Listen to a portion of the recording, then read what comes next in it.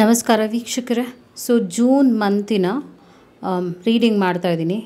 June month 2025 prediction ಹೇಗಿರುತ್ತೆ, ಏನು expect ಮಾಡ್ಬೋದು ನೀವು ಈ ತಿಂಗಳಲ್ಲಿ ಅಂತ ನಾನು ರೀಡಿಂಗ್ ಮಾಡ್ತಾ ಇದ್ದೀನಿ. ಸೊ ಫಸ್ಟ್ ರಾಶಿ ಇರುವಂಥದ್ದು ಮೇಷ ರಾಶಿ. ಎಲ್ಲ 12 ರಾಶಿಯ ರೀಡಿಂಗ್ಸ್ ನಾನು ಖಂಡಿತವಾಗ್ಲೂ ಅಪ್ಲೋಡ್ ಮಾಡ್ತೀನಿ. June month okay, May month ಕಳೀತಾ ಬಂತು. ಈಗ ಜೂನ್ ಮಂತ್ ನೀವೇನು ಎಕ್ಸ್ಪೆಕ್ಟ್ ಮಾಡಬಹುದು ಅಂತ ರೀಡಿಂಗ್ ಮಾಡ್ತಾ ಇದ್ದೀನಿ.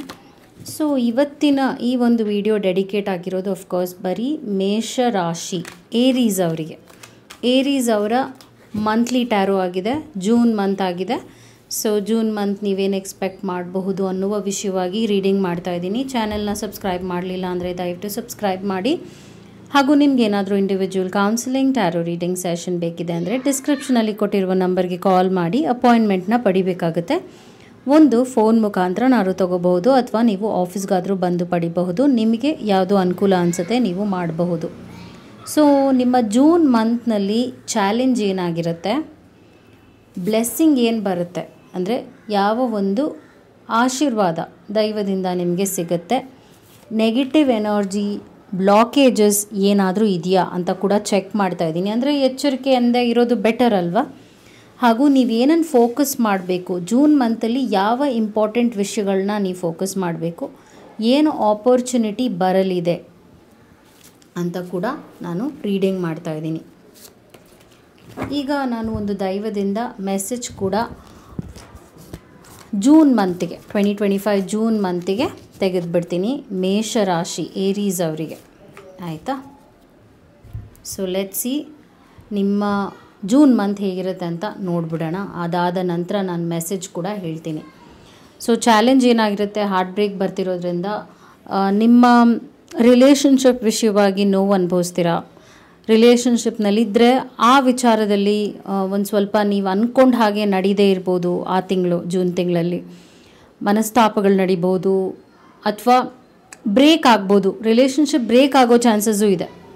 ಈಗ ಹೀಗಾಯಿತು ಅಂತ ನೋವು ಪಡೋದಲ್ಲ, ಇದು ಒಂದು ಚಾಲೆಂಜ್ ಆಗಿದೆ ಜೂನ್ ಮಂತಲ್ಲಿ ಅಂತ ತೋರಿಸ್ತಿರೋದು. ಇದನ್ನ ನೀವು ಎಚ್ಚರಿಕೆಯಿಂದ, ನಾನು ಏನು ಹೇಳ್ತಾ ಇದ್ದೀನಿ ಅಂದರೆ ಎಲ್ಲ ಬದಲಾಗುತ್ತೆ ಅಂತ ಅಲ್ಲ, ಅಟ್ಲೀಸ್ಟ್ ಒಂದು ಮಟ್ಟಕ್ಕಾದರೂ ನೀವು ಈ ಒಂದು ನೋವಿಗೆ ಪ್ರಿಪೇರ್ ಆಗ್ಬೋದು ಅಂತ ಹೇಳ್ತಾ ಇದ್ದೀನಿ. ಓಕೆ, ಅರ್ಥ ಆಗ್ತಾ ಇದೆಯಲ್ಲ? ಸೊ ಇದೇ ಒಂದು ಮಾನಸಿಕವಾಗಿ ಕುಗ್ಗಿರುವಂಥದ್ದು, ಮಾನಸಿಕವಾಗಿ ನಿಮಗೆ ನೋವು ಕೊಡ್ತಾರೆ. ಹಾಗೂ ರಿಲೇಷನ್ಶಿಪ್, ಸ್ಪೆಷಲಿ ರೊಮ್ಯಾಂಟಿಕ್ ರಿಲೇಷನ್ಶಿಪ್ನಲ್ಲಿ ಒಂದು ಸ್ವಲ್ಪ ತಳಮಳಗಳಾಗುತ್ತೆ. ನೀವು ಅಂದ್ಕೊಂಡು ಹಾಗೆ ಆ ವಿಷಯ ನಡೀದೇ ಇರ್ಬೋದು. ಪಾಸಿಟಿವ್ ಬ್ಲೆಸ್ಸಿಂಗ್ ಏನಾಗಿದೆ, ಕೆಲಸ ಕಾರ್ಯಗಳಲ್ಲಿ ಏನೂ ಪ್ರಾಬ್ಲಮ್ ಇರೋದಿಲ್ಲ. ನೀವೇನಾದರೂ ಒಂದು ಅಪ್ಗ್ರೇಡೇಷನ್ ಎಕ್ಸ್ಪೆಕ್ಟ್ ಮಾಡ್ತಾ ಇದ್ದೀರಾ, ಒಳ್ಳೇದಾಗಬೇಕು ಅಂತ ಎಕ್ಸ್ಪೆಕ್ಟ್ ಮಾಡ್ತಾ ಇದ್ದೀರಾ, ಅದಾಗುತ್ತೆ. ಹಾಗೂ ನೀವು ಪ್ರಮೋಷನ್ ಅಥವಾ ಬೇರೆ ಜಾಗಕ್ಕೆ ಹೋಗೋದು, ಕೆಲಸದ ವಿಷಯವಾಗಿ ಬೇರೆ ಟ್ರಾವೆಲ್ ನೋಡ್ತಾ ಇದ್ದೀನಿ. ಒಟ್ಟಿನಲ್ಲಿ ಟ್ರಾವೆಲ್ ಇದೆ. ನೀವೇನಾದರೂ ಜಾಬ್ ಚೇಂಜ್ ಮಾಡಬೇಕು ಅಂತಿದ್ದೀರಾ, ಜೂನ್ ಮಂತ್ ಚೆನ್ನಾಗಿದೆ. ಜಾಬ್ ಹುಡುಕ್ತಾ ಇದ್ದೀರಾ, ಜೂನ್ ಮಂತ್ ಚೆನ್ನಾಗಿದೆ, ಆಗುತ್ತೆ, ಜಾಬ್ ಆಗುತ್ತೆ. ಒಟ್ಟಿನಲ್ಲಿ ನಿಮ್ಮ ಮಾನಸಿಕವಾಗಿ ಏನು ನೋವು ಅನುಭವಿಸ್ತಿದ್ದೀರಾ, ಕುಗ್ಗಿದ್ದೀರಾ, ಕೋಪಿಂಗ್ ಮೆಕ್ಯಾನಿಸಮ್ನ ಸ್ವಲ್ಪ ಸ್ಟ್ರಾಂಗ್ ಮಾಡಿಕೊಳ್ಳೇಬೇಕು. ಆದರೆ ಕೆಲಸ ಕಾರ್ಯಗಳಲ್ಲಿ ಜಯವನ್ನು ನೀವು ಅನುಭವಿಸ್ತೀರ. ಈಗ ಏನಿದೆ ನಾವು ಹೇಳಲೇಬೇಕಾಗುತ್ತೆ, ಹೀಗೆ ಆಗುತ್ತೆ ಅಂತ ನಾನು ಹೇಳ್ತಾ ಇದ್ದೀನಿ. ಅರ್ಥ ಮಾಡ್ಕೊಂಡು ಅದನ್ನು ನೀವು ಫೋಕಸ್ ಮಾಡಿ. ನೆಗೆಟಿವ್ ಏನಾಗ್ಬೋದು, ನೆಗೆಟಿವ್ ಅಂತ ನೆಗೆಟಿವ್ ಪೊಸಿಷನಲ್ಲಿ ನಿಮಗೆ ಪಾಸಿಟಿವ್ ಕಾರ್ಡ್ ಬಂದಿದೆ. ಇದು ಒಳ್ಳೆಯ ಸೈನ್ ಅಂತಲೇ ಹೇಳ್ತೀನಿ. ಯಾಕೆ ಹೇಳ್ತಾ ಇದ್ದೀನಿ ಅಂದರೆ ಆ ಥರದ್ದು ಯಾವುದೇ ರೀತಿಯಾದ ಮೇಜರ್ ಪ್ರಾಬ್ಲಮ್ಸ್ ಬರೋದಿಲ್ಲ ಅಂತ ನೋಡ್ತಾ ಇದ್ದೀನಿ. ಇದು ಹಾರ್ಟ್ ಬ್ರೇಕ್ ಇರ್ಬೋದು, ಆದರೆ ಇದು ಮೈನರ್ ಆರ್ಕನ ಕಾರ್ಡ್. ಅಂದರೆ ಒಂದು ಸ್ವಲ್ಪ ಸಿಚುವೇಶನ್ ತಕ್ಕ ಹಾಗೆ ಏನಿದೆ ಆ ನೋವು ಅನುಭವಿಸ್ತೀರ, ಅಷ್ಟು ಬಿಟ್ಟರೆ ಇನ್ನೇನೋ ಕೆಟ್ಟದಾಗೋಗುತ್ತೆ ಅಂತ ನೀವು ಅಂದ್ಕೊಳ್ಳೋದು ಬೇಡ. ಜಯ ಇದೆ. June month is a success month ಅಂತ ಕೂಡ ನಾನು ಹೇಳ್ಬೋದು. ಅಮೇಝಿಂಗ್ ಆಗಿದೆ ಈ ವಿಷಯ. ನಿಮಗೆ ನೀವೇನನ್ನು ಫೋಕಸ್ ಮಾಡಬೇಕು. ಓಕೆ, ಈಗ ನಿಮಗೆ ಗೊತ್ತಿದೆ ನಿಮ್ಮ ರಿಲೇಟೆಡ್ ಟು ವರ್ಕ್ ಚೆನ್ನಾಗೇ ಇದೆ ಟೈಮ್ ಅಂತ, ಅದರಲ್ಲಿ ಏನೂ ಪ್ರಾಬ್ಲಮ್ ಇಲ್ಲ, ನಿರಾಳವಾಗಿ ಹೋಗುತ್ತೆ ಎಲ್ಲ, ಯಾವುದೇ ರೀತಿಯಾದ ವಿಘ್ನ ಇಲ್ಲ. ಆದರೆ ನಾನು ಆಗಲೇ ಹೇಳಿದಾಗೆ ರಿಲೇಷನ್ಶಿಪ್ ವಿಷಯವಾಗಿ ನೋವು ಅನುಭವಿಸ್ತೀರ. ಸೊ ಅದಕ್ಕೆ ಸ್ವಲ್ಪ ಕ್ವಾಲಿಟಿ ಟೈಮ್ ಕೊಡಿ, ಮನೇಲಿ ಟೈಮ್ ಸ್ಪೆಂಡ್ ಮಾಡಿ, ಮನೆಯವರ ಜೊತೆ ಟೈಮ್ ಸ್ಪೆಂಡ್ ಮಾಡಿ. ಪ್ರಾಬ್ಲಮ್ಸ್ ಇದೆ ಅಂದರೆ ಸಾಲ್ವ್ ಮಾಡ್ಕೊಳ್ಳಿ. ಜಗಳ ಆಗುತ್ತೆ, ಜಗಳ ಆಗೋ ಸಂಭವ ಇದೆ ಅಂತ ಹೇಳ್ತಿದ್ದೀನಲ್ವ.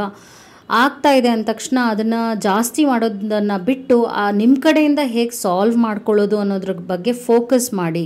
ನಿಮ್ಮ ಫ್ಯಾಮ್ಲಿ ಕಡೆಗೆ ನೀವು ಫೋಕಸ್ ಮಾಡಿ ಅಂತ ನಿಮಗೆ ಮೆಸೇಜ್ ಬರ್ತಾ ಇದೆ ಜೂನ್ ಮಂತ್.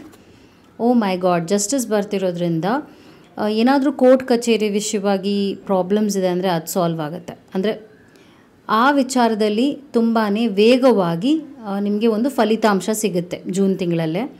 ಮತ್ತು ನಿಮಗೇನಾದರೂ ಅನ್ಯಾಯ ಆಗಿದೆ ಅಥವಾ ನಿಮಗೇನಾದರೂ ಒಂದು ಕೊರಗಿದೆ ಅಂದರೆ ಒಟ್ಟಿನಲ್ಲಿ ಒಳ್ಳೆ ಕರ್ಮಗಳಿಂದ ನಿಮಗೆ ಫಲ ಪಾಸಿಟಿವ್ ಆಗೇ ಆಗುತ್ತೆ. June month is a success month. And also ನೀವೇನಾದರೂ ಲೀಗಲ್ ಇಶ್ಯೂಸ್ನ ಅನುಭವಿಸ್ತಿದ್ದೀರಾ, ಲೀಗಲ್ ವಿಚಾರವಾಗಿ ಪ್ರಾಬ್ಲಮ್ಸ್ ನೋಡ್ತಿದ್ದೀರಾ ಅಂದರೆ ಅದರಲ್ಲೂ ಕೂಡ ನೀವು ಜಯನ ನೋಡ್ತೀರಾ ಅಂತ ಬರ್ತಾ ಇದೆ. ಮತ್ತು ಕೋರ್ಟು ಕಚೇರಿ ಅಂತ ನೀವೇನಾದರೂ ತಲೆ ಕೆಡಿಸ್ಕೊಂಡಿದ್ದೀರಾ ಅಂದರೆ ಆ ವಿಚಾರದಲ್ಲೂ ನಿಮಗೆ ಸಕ್ಸಸ್ ಇದೆ ಅಂತ ತೋರಿಸ್ತಾ ಇದೆ ಕಾರ್ಡ್ನಲ್ಲಿ. Okay, on the whole June ಮಂತಲ್ಲಿ ನೀವು ತುಂಬ ಬ್ಯುಸಿಯಾಗಿರ್ತೀರ.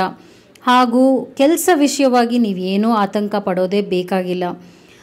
ಮತ್ತು ಲಾಭದಾಯಕವಾಗೇ ಇರುತ್ತೆ ಜೂನ್ ಮಂತ್. ಆದರೆ ಮಾನಸಿಕವಾಗಿ ನೀವು ಸ್ಟ್ರಾಂಗ್ ಆಗಿರಬೇಕಾಗತ್ತೆ. ಮತ್ತು ನಿಮ್ಮನ್ನು ಟ್ರಿಗರ್ ಮಾಡೋಕ್ಕೆ ಮೊಮೆಂಟ್ಸ್ ಕ್ರಿಯೇಟ್ ಆಗುತ್ತೆ. ನಿಮ್ಮನ್ನು ಟ್ರಿಗರ್ ಅಂದರೆ ನಿಮಗೆ ಬೇಜಾರು ಮಾಡೋದು, ನೋವು ಉಂಟು ಮಾಡೋದು, ನೀವು ಅಂದ್ಕೊಂಡ ಹಾಗೆ ಆಗದೇ ಇರುವಂಥ ಘಟನೆಗಳಾಗುತ್ತೆ.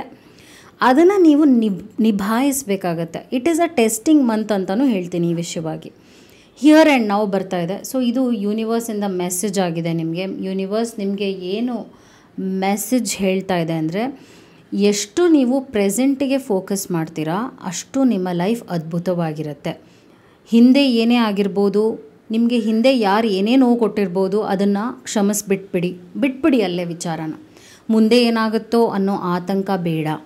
ಪ್ರೆಸೆಂಟ್ ಈ ಕ್ಷಣ, ಆ ದಿನ, ಆ ಒಂದು ಟೈಮ್ನ ನೀವೆಷ್ಟು ಎಂಜಾಯ್ ಮಾಡ್ತೀರಾ, ಎಷ್ಟು ಫ್ರೂಟ್ಫುಲ್ಲಾಗಿ ಅದಕ್ಕೆ ಎಫರ್ಟ್ಸ್ ಹಾಕ್ತೀರಾ, ನಿಮ್ಮ ಲೈಫ್ ಅದ್ಭುತವಾಗಿರುತ್ತೆ. ಜೂನ್ ಮಂತಲ್ಲಿ ನಿಮ್ಮ ಲೆಸನ್ ಏನಾಗಿರುತ್ತೆ, ನೀವು ಫೋಕಸ್ ಮಾಡಿರುವಂಥದ್ದು ಮತ್ತು ಯೂನಿವರ್ಸಿಂದ ಮೆಸೇಜ್ ಬಂದಿರುವಂಥದ್ದು ಏನಾಗಿದೆ ಅಂದರೆ, ಹಿಯರ್ ಆ್ಯಂಡ್ ನೌ ಅಂದಾಗ ನೀನು ಈ ಟೈಮ್, ಆ ದಿನ, ಆ ಕ್ಷಣ ಎಂಜಾಯ್ ಮಾಡು. ಅದಕ್ಕೆ 100% ನಿನ್ನ ಕಡೆಯಿಂದ ಕೊಡು ಅಂತ ಮೆಸೇಜ್ ಬರ್ತಾ ಇದೆ. ಬಿಕಾಸ್ ನಿಮ್ಮಲ್ಲಿ ಆ ಒಂದು ಆ್ಯಟಿಟ್ಯೂಡ್ ಇರ್ಬೋದು. ಹಿಂದೆ ಏನೋ ಆಗಿದ್ರ ಬಗ್ಗೆ ಓವರ್ ಥಿಂಕ್ ಮಾಡೋದು, ಮುಂದೆ ಏನಾಗುತ್ತೋ ಅಂತ ಆತಂಕ ಪಡುವಂಥದ್ದು. ಎನಿವೇಸ್, ಅದು ನಿಮ್ಗೆ ಅನ್ನಿಸ್ತಾ ಇದೆ ಅಂದರೆ ಕಮೆಂಟ್ ಮಾಡಿ ಮೈ ಜೂನ್ ಮಂತ್ ಇಸ್ ಸಕ್ಸಸ್ಫುಲ್ ಅಂತ. ನಾನು ಪ್ರೆಸೆಂಟ್ನ ಫೋಕಸ್ ಮಾಡಿ ಸಕ್ಸೀಡ್ ಆಗ್ತೀನಿ ಅಂತ ಕೂಡ ಕಮೆಂಟ್ ಮಾಡಿ. ಓಕೆ, ಇದು ನಿಮ್ಮ ರೀಡಿಂಗ್ ಆಗಿತ್ತು. ತುಂಬ ಚೆನ್ನಾಗಿ ಬಂದಿದೆ.